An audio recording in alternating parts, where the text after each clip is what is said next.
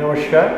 जैसा कि आप जानते हैं, सारा विश्व ब्रेस्ट कैंसर अवेयरनेस मंथ मना रहा है, सेलिब्रेट कर रहा है। So Narayana super speciality hospital Gurgaon की तरफ से हमने ये तय किया कि इस ब्रेस्ट कैंसर जो महिलाओं में होने वाला सबसे ज़्यादा कॉमन या सामान्य प्रकार का कैंसर है, इसके बारे में हम आज चर्चा करें। तो इस चर्चा में आज हमारे पास उपस्थित हैं डॉक्टर इंदु बंसल, जो कि Narayana super speciality hospital Gurgaon में रेडिएशन ऑन्कोलॉजी डिपार्टमेंट में डायरेक्टर के पद पर कार्यरत हैं। और हमारे साथ हैं डॉक्टर रणदीप सिंह, जो कि Narayana super speciality hospital Gurgaon में मेडिकल ऑन्कोलॉजी में डायरेक्टर के पद पर कार्यरत हैं। और मैं डॉक्टर मोहित सक्सेना, मैं भी Narayana super speciality hospital Gurgaon से संबद्ध हूँ। तो जैसा कि आप लोग जानते ही हैं कि महिलाओं में सबसे ज़्यादा साधारण पर कॉमन प्रकार का पाए जाने वाला कैंसर है ब्रेस्ट कैंसर, स्तन कैंसर। वो एक महिला को अपने पूरे जीवन में इसके होने की संभावना लगभग 12.5% रहती है। और ये जो सिनेरियो है जो हमारे देश में पहले से भी कहीं ज़्यादा मतलब कॉमन पाया जाता है। मैं डॉक्टर इंदु बंसल से जानना चाहूँगा कि आपको क्या लगता है कि ब्रेस्ट कैंसर के इंसिडेंस बढ़ रहे हैं या वो पहले जैसे ही है? और आपको क्या लगता है कि हमारी जो पॉपुलेशन है, जो हिंदुस्तानी पॉपुलेशन है, वो जो वेस्टर्न पॉपुलेशन से कैसे डिफरेंट है, कि वो उनकी तुलना में क्या यहाँ की महिलाओं में क्या फ़र्क जो आप महसूस करती हैं? डॉक्टर इंदु बंसल। डॉक्टर मोहित, आपने बहुत ही अच्छा सवाल पूछा है, क्योंकि अगर हम पूरे वर्ल्ड की बात करें तो शायद 8 में से 1 महिला को ब्रेस्ट कैंसर यानी स्तन कैंसर का खतरा होता है। बट हिंदुस्तान में 28 में से 1 महिला को स्तन कैंसर का खतरा है। तो ये कम से कम अच्छी बात है हमारे देश के लिए कि यहाँ पर ब्रेस्ट कैंसर का खतरा वेस्ट के मुकाबले थोड़ा सा कम है। बट फिर भी अभी ये बच्चेदानी के मुंह के कैंसर की बजाय ये सबसे कॉमन कैंसर है जो कि इंडियन फीमेल्स में जाया जाता है। जो आपने बात की कि बाहर की महिलाओं में और हिंदुस्तानी महिलाओं में क्या फ़र्क है, तो मैं यही बोलूँगी कि वहाँ पर 80% महिलाएं जो हैं वो फर्स्ट स्टेज या अर्ली स्टेज में डायग्नोज होती हैं, जबकि हिंदुस्तान में ज़्यादातर महिलाएं 3rd या 4th स्टेज में आती हैं। सो इस वजह से बाहर के देशों में थोड़े से सर्वाइवल रेट्स हमारे कंट्री से थोड़े इम्प्रूव्ड हैं। बट हम सब लोग मिलकर इस इंसिडेंस को भी कम कर सकते हैं और महिलाओं की उम्र को भी डेफिनेटली बढ़ा सकते हैं। सो यह कॉमन इसलिए है क्योंकि एक तो औरतें अब इस बारे में अवेयर हो गई हैं कि ब्रेस्ट कैंसर कोई एक कैंसर होता है, और उन्होंने खुद अपनी जांच करनी, ब्रेस्ट की जांच करनी शुरू की है, जिसकी वजह से जल्दी ये पकड़ा जाता है। इसके अलावा मैमोग्राफी एक ऐसी टेक्निक है जिसमें छाती का एक्सरे करके ब्रेस्ट कैंसर को पकड़ा जाता है। सो इस वजह से कैंसर केसेस डिटेक्ट जल्दी हो जाते हैं और हम उनकी लाइफ को डेफिनेटली बहुत इम्प्रूव कर सकते हैं। बहुत अच्छी बात बताई मैडम। तो जिस तरह से हम देखते हैं कि इस तरह से ये जो इंसिडेंस जो है वो हमारी महिलाओं में थोड़े से कम भले ही है, लेकिन हमारी महिलाएं एडवांस स्टेजेस में आ रही हैं। अच्छा, ये सब आप सभी लोग जानते हैं कि पूरा विश्व इस समय कोरोना की महामारी से जूझ रहा है। कोविड-19 ने पूरे विश्व को प्रभावित किया है, तो इसका असर सभी जगह आ रहा है।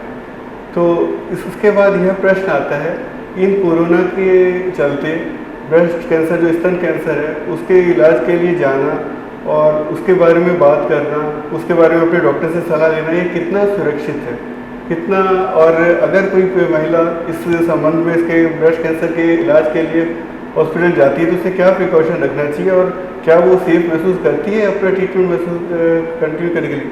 मैं डॉक्टर रणदीप से जानना चाहूँगा कि अगर कोई महिला इस कोरोना के माहौल में आपके पास ब्रेस्ट कैंसर से संबंधित कोई समस्या लेके आती है, तो आप उसको कैसे समझाएंगे कि उसको ट्रीटमेंट कितना ज़रूरी है और वो क्या प्रिकॉशन है? डॉक्टर मोहित, इसमें कोई दो राय नहीं है कि कोविड-19 जो है एक बहुत ही बड़ा हेल्थ इशू है। बट अनफॉर्चुनेटली जो है कैंसर को भी हम निगलेक्ट नहीं कर सकते, बिकॉज कैंसर एक ऐसी बीमारी है जो कि धीरे धीरे बढ़ती रहती है। इसीलिए और एक बहुत ही ट्रेंड, एक बहुत ही कंसर्न जो हमारे सिटी के कैंसर स्पेशलिस्ट हैं अराउंड दिल्ली गुड़गांव के, एक कंसर्न कैंसर स्पेशलिस्ट का रहा है, बिकॉज लास्ट 2 to 3 मंथ्स में हम लोगों ने जो ब्रेस्ट के कैंसर देखे हैं, जो कि हम स्टेज 1 स्टेज 2 में काफ़ी मात्रा में सिग्निफिकेंट परसेंटेज देख रहे थे, वो अब स्टेज 3 में और स्टेज 4 में भी कुछ पेशेंट्स आए हैं। पिछले 3-4 महीने में महामारी के कारण, स्ट्रिक्ट लॉकडाउन के कारण कैंसर के पेशेंट्स कुछ हद तक निगलेक्ट हुए हैं, और उसमें से एक रीज़न ये भी, इस बीमारी के कारण एक रीज़न ये भी है कि हमें जो पेशेंट्स अब डायग्नोज करके हम अब जो ट्रीट कर रहे हैं वो एडवांस स्टेज में आ रहे हैं। जैसे डॉक्टर इंदु ने भी बताया कि क्यों हम ब्रेस्ट कैंसर अवेयरनेस की बात करते हैं, बिकॉज ये ऐसा ट्यूमर है जो कि जितना जल्दी स्टेज पे डिटेक्ट होगा उतना ही जल्दी हम इसको ट्रीट कर सकेंगे। और अगर स्टेज 1 है, बहुत ही छोटा, जैसे कि 1 सेंटीमीटर का, 1.5-2 सेंटीमीटर का ट्यूमर है, तो कई बार हम इन पेशेंट्स को क्योर भी कर सकते हैं। हॉस्पिटल्स जैसे कि नारायणा हॉस्पिटल है और सारे hospitals, they are taking utmost care, social distancing, temperature checking, उसके अलावा एक appropriate distance health care workers में और पेशेंट्स के अंदर मेंटेन करना, ओपीडी के अंदर, आईपीडी के अंदर, प्रॉपर डिस्टेंसिंग के अलावा एवरी हॉस्पिटल एम्प्लॉई जो है 3-4 महीने में हमारे यहाँ पे they have been train to take care कि पेशेंट्स के कंटैक्ट में ना आए, because it is an infection जो कि दोनों तरीके से फैल सकता है। सो टू एंड में मैं यही कहना चाहूँगा कि अगर आपको कहीं भी संदेह बहुत ज़्यादा है ब्रेस्ट कैंसर का, तो प्लीज़ इसको डिले मत करिए। हॉस्पिटल्स जैसे कि हम कोई भी मार्केट या सोशल प्लेस में जा रहे हैं, hospital is much more protected as compare to social market that other, क्योंकि यहाँ पे हम ऑलमोस्ट पूरे प्रिकॉशंस फॉलो कर रहे हैं, एंड जितना जल्दी ये डिटेक्ट होता है उतना ही बेटर रिजल्ट्स रहेंगे। डॉक्टर अदीप ने भी बताया कि ब्रेस्ट कैंसर भी खतरनाक है, कोरोना का खतरा अपनी जगह है, लेकिन इसका मतलब ये नहीं है कि क्या कि किसी महिला है उसके स्तन में कोई गांठ बन रही है उसको नेग्लेक्ट करे। ये गांठ ही नहीं, और भी लक्षण हैं, जैसे उसके कलर में चेंजेस हैं या कुछ डिस्चार्ज है या कोई भी इस तरह की समस्या उसको लगती है, तो उसके लिए डॉक्टर के साथ उसको कंसल्ट करना चाहिए और उसके बाद उसका जो भी ट्रीटमेंट बनता है वो लेना चाहिए। क्योंकि कोरोना के लिए सभी हॉस्पिटल, हमारा हॉस्पिटल भी सारे प्रिकॉशन ले रहा है, तो आप निश्चिंत होकर कोई भी इस तरह संबंधी समस्या है उसके लिए आप यहाँ संपर्क कर सकते हैं।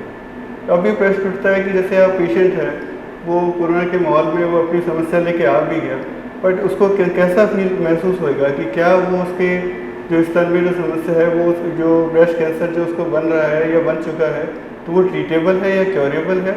मतलब क्या वो सोचती है कि वो ये बीमारी जड़ से ख़त्म हो सकती है, जो इसका इलाज है वो ओनली उसके लक्षण को दबाने और बल तक ही सीमित है? डॉक्टर इंदु, आपकी इस बारे में क्या राय है? डॉक्टर मोहित, बहुत ही अच्छा सवाल पूछा आपने, क्योंकि यहाँ पे हम सब सारे लिसनर्स को ये बात बताना चाहते हैं कि ब्रेस्ट कैंसर या स्तन कैंसर एक ऐसी बीमारी है जिसको न केवल जल्दी पकड़ा जा सकता है, बल्कि इसको समय रहते अगर हम इलाज करते हैं तो इसको पूरी तरह से ठीक किया जा सकता है। इनफैक्ट अगर लेट स्टेज में भी कोई पेशेंट डायग्नोज होता है तो भी हम उसकी क्वालिटी ऑफ लाइफ को इम्प्रूव कर सकते हैं। अच्छी बात यह है कि हमारे पास इतनी टेक्निक्स हैं जिससे कि हम स्क्रीनिंग के द्वारा, मतलब मैमोग्राफी के द्वारा ब्रेस्ट कैंसर को स्टेज 0 मतलब फर्स्ट स्टेज से भी पहले डिटेक्ट कर सकते हैं।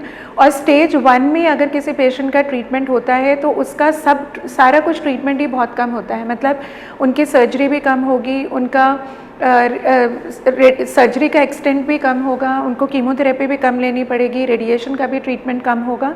और अगर पेशेंट लास्ट स्टेज में भी आता है तो हमारे पास hormonal treatments, radiation treatments, surgical treatments, diagnostics, immunotherapy, hormone therapy, इन सारे ट्रीटमेंट्स में इतनी एडवांसमेंट हुई है कि हमारे ब्रेस्ट कैंसर के पेशेंट्स अब न केवल ठीक हो रहे हैं बल्कि अपने परिवार के साथ अच्छे ढंग से अपनी पूरी लाइफ को बहुत खूबसूरत ढंग से जी रहे हैं। सो इसलिए ये ज़रूरी है कि कोई भी गांठ दर्द, कोई गांठ में दर्द ना भी हो तो भी आप उसे इग्नोर ना करें।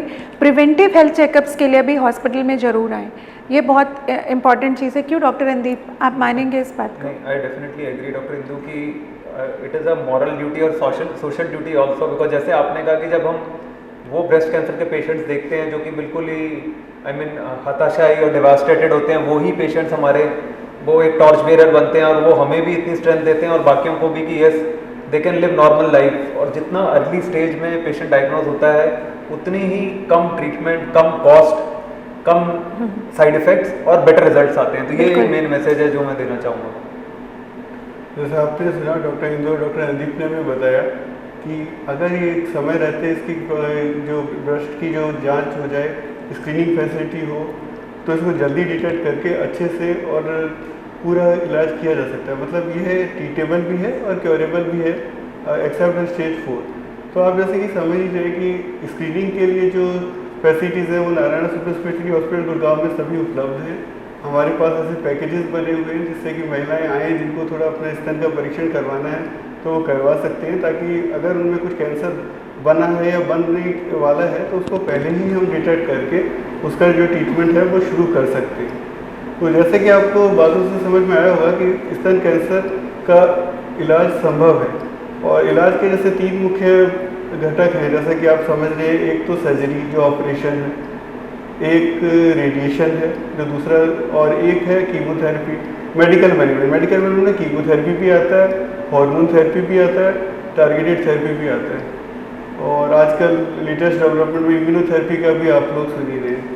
तो सर्जिकल जो ट्रीटमेंट है उसमें समय के साथ काफ़ी एडवांसमेंट हो चुका है। पहले जो ब्रेस्ट कैंसर की जो सर्जरीज होती थी उनमें पूरा का पूरा स्तन निकालना पड़ता था। अभी ऐसा है कि अगर महिला अर्ली स्टेज में आती है तो उसका जो है ओनली सिर्फ गांठ निकाल के भी उसका इलाज संभव है, और रिजल्ट उसमें भी पूरे ही मिलते हैं। ऐसा नहीं है कि आपने पूरा स्तन निकाला तो जीवन ज़्यादा है और अगर ओनली गांठ निकाली तो जीवन कम है, ऐसा बिल्कुल नहीं है। और इवन जो लोकली एडवांस वाला जो हमारा केस होता है उसमें भी अगर समय रहते अगर सर्जरी से पहले अगर उसको कीमोथेरेपी दे दी जाए तो कई बार उनको भी ब्रेस्ट कंजर्वेटिव सर्जरी जिसे हम कहते हैं, मतलब ओनली गांठ निकाल के मतलब उसका इलाज जो है संभव है। उसमें महिला को पूरी छाती निकालने की ज़रूरत नहीं होती है। तो ये सर्जरी में एक बड़ा एडवांसमेंट है कि आजकल बहुत महिलाओं के इस इलाज के द्वारा जो स्तन है उनको बचा लिया जाता है, ओनली कैंसर भी निकाल लिया जाता है। एक हमने एडवांसमेंट में ये देखा, पहले के समय में जो बगल पूरी साफ करनी पड़ती थी जिससे पूरा हाथ सूज जाता था, आजकल सर्जिकल पार्ट में ये एडवांसमेंट आया है कि उसके बजाय एक सेंटिनल लिम्फ नोड की एक टेक्निक होती है जिससे कि ओनली जो कि अगर ख़राब नोड है तो ही, जैसे जो स्तन से जो सप्लाई करने वाला नोड अगर अफेक्टेड है कैंसर से तो ही बगल पूरी साफ़ की जाती है। अगर वो प्रभावित नहीं है तो पूरी बगल साफ़ करने की ज़रूरत नहीं होती। तो इससे जो हाथों में जो सूजन है उसका हिस्सा काफ़ी कम हो गया है, जिससे कि महिलाओं को के आत्मविश्वास में काफ़ी वृद्धि हुई है कि वो बड़े विश्वास के साथ अपनी सर्जरी के लिए आने लगी हैं। मैं डॉक्टर अंदीप से पूछना चाहूँगा कि मेडिकल मैनेजमेंट जो है ब्रेस्ट कैंसर का, जिसमें कि जैसे कि chemotherapy, hormone therapy, targeted therapy वगैरह जो आती है, तो इसमें समय के साथ क्या एडवांसमेंट हुआ है कि किस तरह से मैं जो ट्रीटमेंट है पिछले कुछ समय में कहने की 1 दशक के अंदर परिवर्तित हुआ है, और क्या उस परिवर्तन से महिलाओं का जो सर्वाइवल बढ़ा है या उनकी क्वालिटी ऑफ लाइफ बढ़ी है या उसमें कोई प्रभाव नहीं पड़ा है? डॉक्टर अंदीप बताइए। डॉक्टर मोहित, मेरी नज़र में पिछले 5 सालों में 2 मेजर चेंजेस हुए हैं और हर सिटी में हुए हैं। एक तो जैसे कि हम आपस में बैठ के बात कर रहे हैं, हम बहुत मेडिकल, रेडिएशन, सर्जिकल ऑन्कोलॉजी की सुविधाएं एक छत के अंदर होना, और जिस तरह की हमारे ओपीडी साथ के साथ हैं, हम आपस में एक दूसरे से बात करते हैं, वो एक बहुत ज़रूरी चीज़ है कि क्या ट्रीटमेंट सीक्वेंस दे रहे हैं। It is not about surgery या कीमोथेरेपी या रेडियोथेरेपी, इट इज़ अबाउट कि राइट सीक्वेंस में हो। सबसे बड़ा एडवांसमेंट ऑन्कोलॉजी में पूरे इंडिया में एंड स्पेशली मेजर सिटीज़ में ये हुआ है। सेकेंड एडवांसमेंट, कीमोथेरेपी की ड्रग्स मेजरली वही हैं, बट सपोर्टिव केयर जो होता है, मतलब उसके साथ वॉमिटिंग्स को कंट्रोल करना, टेस्ट को कंट्रोल करना, इन्फेक्शंस को कंट्रोल करना और ग्रोथ फैक्टर सपोर्ट देना, ये जो हमारी अंडरस्टैंडिंग है एक्सपीरियंस के साथ पूरी कम्युनिटी की ऑन्कोलॉजी, वो बहुत एडवांस लेवल पे है, और आज हम किसी भी ड्रग के साइड इफ़ेक्ट्स को बहुत ईजिली मैनेज कर सकते हैं ताकि हम गुड क्वालिटी ऑफ लाइफ दे सकें। उसके अलावा कोई भी स्पेशलिटी हो, जैसे कि कोई भी वो हो ऑन्कोलॉजी के अंदर, जैसे टारगेटेड थेरेपी में हम इंजेक्शन देते हैं ब्रेस्ट कैंसर के, वो हर पेशेंट में यूज़ नहीं होता। जैसे HER2 पॉजिटिव एक प्रोटीन होता है, अगर किसी महिला में HER2 प्रोटीन पॉजिटिव है उसके ब्रेस्ट कैंसर में, तो टारगेटेड थेरेपी दे सकते हैं। अगर उसका हार्मोन लेवल पॉजिटिव है तो हार्मोन थेरेपीज दे सकते हैं। और इन सब ब्रांचेस में, चाहे टारगेटेड थेरेपी हो, हार्मोन थेरेपी हो, इनके अंदर भी नई ड्रग्स आ गई हैं जिससे सिर्फ कुछ साल ऐसे ही निकल जाते हैं, महीने में नहीं, कुछ साल ऐसे ही निकल जाते हैं कि सिर्फ पेशेंट को आना होता है, ड्रग लेके जाना होता है 3 हफ्ते में। और काफ़ी ओरल टैबलेट्स भी हैं जिससे हम क्वालिटी ऑफ लाइफ मेंटेन कर सकते हैं। एंड लास्ट जो एडवांसमेंट हुआ है इम्यूनोथेरेपी हमारे देश में अवेलेबल है पिछले ऑलमोस्ट 2 साल से, बट अब कुछ रिजल्ट्स ब्रेस्ट कैंसर में भी अच्छे दिखाई देने लग पड़े हैं। एडवांस ब्रेस्ट कैंसर में भी इम्यूनोथेरेपी ड्रग है एक, जिसको हम टीसेंट्रिक या एटिजोलिजुमैब कहते हैं, वो ड्रग यूज़ होती है। और इवन अर्ली ब्रेस्ट कैंसर में भी आजकल कीमोथेरेपी के साथ इम्यूनोथेरेपी कंबाइन करके ब्रेस्ट के गांठ को सुखाड़ा जा सकता है बहुत ज़्यादा। आई थिंक जैसे ही हर फील्ड में एडवांसेस हुए हैं, मेडिकल में, सर्जिकल में आपने बताया, वैसे ही रेडिएशन में आई थिंक डॉक्टर इंदू हमें बेटर गाइड कर सकती हैं। She is a specialist in radiation for many years and decades. She can guide ma'am कि आपको रेडिएशन में व्हाट इज़ योर पर्सपेक्टिव कि कितना एडवांसमेंट कैसे हुआ। Thank you doctor Randeep. कितनी खूबसूरत बात डॉक्टर रणदीप ने कही कि सर्जरी में तो एडवांसेस हुए ही हैं और कीमोथेरेपी में हमारे पास मेडिकल मैनेजमेंट में इतनी अच्छी दवाई हैं कि आप साइड इफ़ेक्ट्स भी कम कर सकते हो, कम ट्रीटमेंट भी दे सकते हो। Immunotherapy, targeted therapy, hormone therapy और सपोर्टिव ट्रीटमेंट, सारे चीज़ों में जिस तरह से इम्प्रूवमेंट हुआ है उसी तरह रेडिएशन ट्रीटमेंट में भी बहुत एडवांसमेंट हुई है। सबसे पहले मैं ऑडियंस को ये बता दूं कि रेडिएशन ट्रीटमेंट जो है ये एक्सरे बेस्ड ट्रीटमेंट होता है।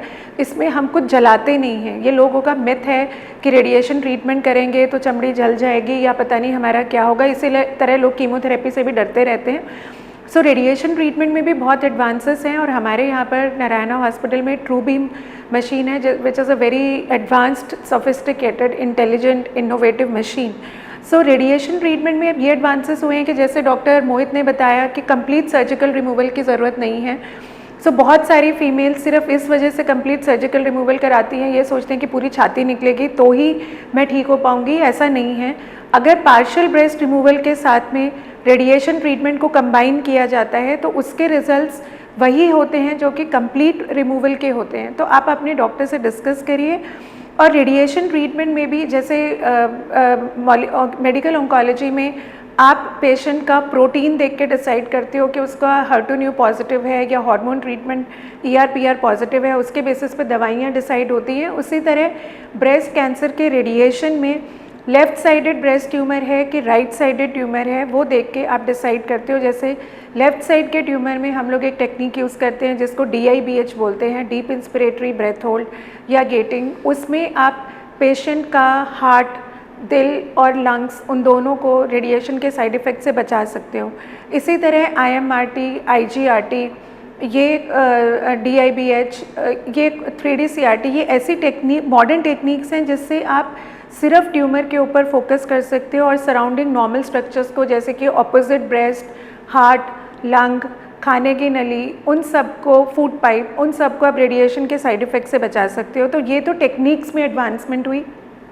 इसके अलावा जैसे कोरोना का टाइम है और कोई भी मरीज़ बहुत लंबे टाइम आना नहीं चाहता है, तो इस तरह से अब शॉर्ट फ्रैक्शनेशन शेड्यूल्स आ गए हैं। मतलब जैसे पहले हम मरीज़ को 25 दिनों का ट्रीटमेंट देते थे, उसके बजाय अब 15 डेज़ का हाइपोफ्रैक्शनेटेड ट्रीटमेंट, इनफैक्ट अल्ट्रा हाइपोफ्रैक्शनेटेड ट्रीटमेंट्स भी हैं जिसमें कि आप एक्सेलरेटेड ब्रेस्ट रेडिएशन करते हो कि 5 दिनों में पेशेंट का पूरा ट्रीटमेंट ख़त्म हो जाता है।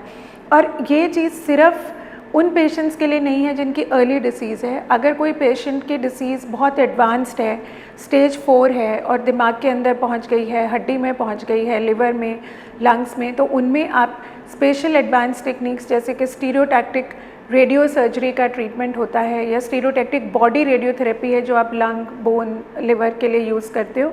सो उन लिम्फ नोड्स को रेडिएट करने के लिए, तो ये कुछ ऐसी एडवांस टेक्निक्स हैं जिनसे आप एडवांस स्टेज में भी पेशेंट को ठीक भी कर सकते हो, उनकी क्वालिटी ऑफ लाइफ भी इम्प्रूव कर सकते हो, हेयर लॉस बचा सकते हो। आई थिंक आप लोग भी कीमोथेरेपी में हेयर लॉस बचाने की कोशिश करते हैं। सो कई लोग सिर्फ इस वजह से ट्रीटमेंट नहीं कराते कि कीमोथेरेपी में हेयर लॉस हो जाएगा या रेडिएशन ट्रीटमेंट से हेयर लॉस हो जाएगा। तो रेडिएशन ट्रीटमेंट से साइड इफ़ेक्ट्स सिर्फ जिस हिस्से में देंगे उस हिस्से में आएंगे, ना कि पूरे शरीर में। आप डॉक्टर रणदीप कुछ हेयर लॉस के बारे में बात करना चाहेंगे? तो मैं ये भी कहना चाह रहा था कि जैसे हमारे हॉस्पिटल में 20-25% पेशेंट्स जो हैं वो दिल्ली से बाहर से आते हैं और काफ़ी सारे इंटरनेशनल पेशेंट्स हैं, अफगानिस्तान, रशिया से। आई थिंक ये जो टेक्निक है जिसमें हम 5 डेज़ या 10 डेज़ में उसको हाइपोफ्रैक्शन, मतलब कम टाइम में हम सेम रिजल्ट्स दे सकते हैं। आई थिंक ये बहुत ही अच्छी बात है क्योंकि काफ़ी पेशेंट्स जो हर जगह रेडिएशन फैसिलिटी नहीं अवेलेबल है, काफ़ी पेशेंट्स दिल्ली आते हैं और उनका रहने का कॉस्ट उतना ज़्यादा हो जाता है जो हमारा हिडन कॉस्ट होता है, जो हमें दिखता नहीं है हॉस्पिटल के बजाय। तो अगर हम कम टाइम में इसको रेडिएशन देते हैं, आई थिंक ये बहुत इंपॉर्टेंट मैसेज है कि it is actually a very good advancement in technique. And I think आजकल हम लोग वीडियो कॉन्फ्रेंसिंग की भी फैसिलिटी है हमारे पास। डॉक्टर मोहित, आप बताना चाहेंगे? हाँ, ये मैडम ने बहुत सही पॉइंट उठाया कि कोरोना के चलते बहुत लोग कई बार आने में झिझकते हैं। वो सोचते हैं कि पहले डॉक्टर से एक बार रिपोर्ट दिखा के डिस्कस कर लेते हैं और उसके बाद अगर ज़रूरत होती है तो आ जाते हैं। तो हमारा हॉस्पिटल और कई हॉस्पिटल आजकल वीडियो टेली कंसल्ट की फैसिलिटी दे रहा है, जिससे कि आप डॉक्टर्स को आप राय ले सकते हैं, उनको सारी रिपोर्ट दिखा के उनसे आप जो डिस्कस करना चाहते हैं वीडियो कंसल्ट करके आप उनसे राय ले सकते हैं। आपको फिजिकली प्रेजेंट होना आप हर बार जरूरी नहीं है, फिर आप उससे दोबारा मिलके आप बात तय कर सकते हैं। तो आज बहुत ही अच्छा डिस्कशन रहा डॉक्टर इंदु, डॉक्टर अंदीप के साथ। आपका बहुत बहुत धन्यवाद जो आपने समय निकाला। तो सारांश में ये कहना चाहूँगा कि स्तन कैंसर बहुत महिलाओं में पाए जाने वाला सबसे ज़्यादा कॉमन कैंसर है। इससे डरना नहीं है, लड़ना है और जीतना है। और जीतना है। और कोरोना के चलते आप उसके लिए सारे प्रिकॉशन ले सकते हैं, लेकिन फिर भी आपको इसके इलाज में देरी नहीं करनी चाहिए। इसके सभी जो इलाज ये ट्रीटेबल है, क्योरेबल है। अगर समय रहते इसका डायग्नोसिस हो जाता है तो इसको जड़ से निकाल के फेंकना संभव है। और इसके जो जितने भी ट्रीटमेंट में जो घटक हैं, जैसे कि सर्जरी है, रेडिएशन है, कीमोथेरेपी, हार्मोन और टारगेटेड थेरेपी, सभी पे काफ़ी एडवांसमेंट हो चुके हैं, जिससे कि महिलाओं का जीवन ना केवल लंबा हुआ है बल्कि उनकी क्वालिटी ऑफ लाइफ भी इम्प्रूव हुई है। मतलब वो ज़्यादा खुशी से कम तकलीफ के साथ में अपना ट्रीटमेंट कंप्लीट कर सकती है और नॉर्मल जीवन की तरफ आ सकती है। स्क्रीनिंग भी बहुत इंपॉर्टेंट हिस्सा है। इवन जो महिलाएं जिनको थोड़ा अगर डाउट भी है कि कुछ स्तन में कुछ परिवर्तन आ रहा है, तो उनको समय रहते आप अपना जो इसका स्तर का परीक्षण कराना चाहिए। जो कि जैसा कि हमने देखा कि वेस्टर्न की तुलना में हमारे देश में भी परिदृश्य ये चल रहा है कि हमारे देश में अधिकांश महिलाएं लेट स्टेज में आती है, जबकि वेस्टर्न जो कल्चर है वहाँ महिलाएं अर्ली स्टेज में डिटेक्ट रहती है। तो आपको और हमें मिलकर इस परिदृश्य को बदलना है, ताकि महिलाएं समय पे अपने स्तन का परीक्षण करा के कैंसर को डिटेक्ट कर सकें और उसका पूरा और आसान और अच्छा इलाज ले सकें और वो वापस नॉर्मल ज़िंदगी में जा सकें। धन्यवाद।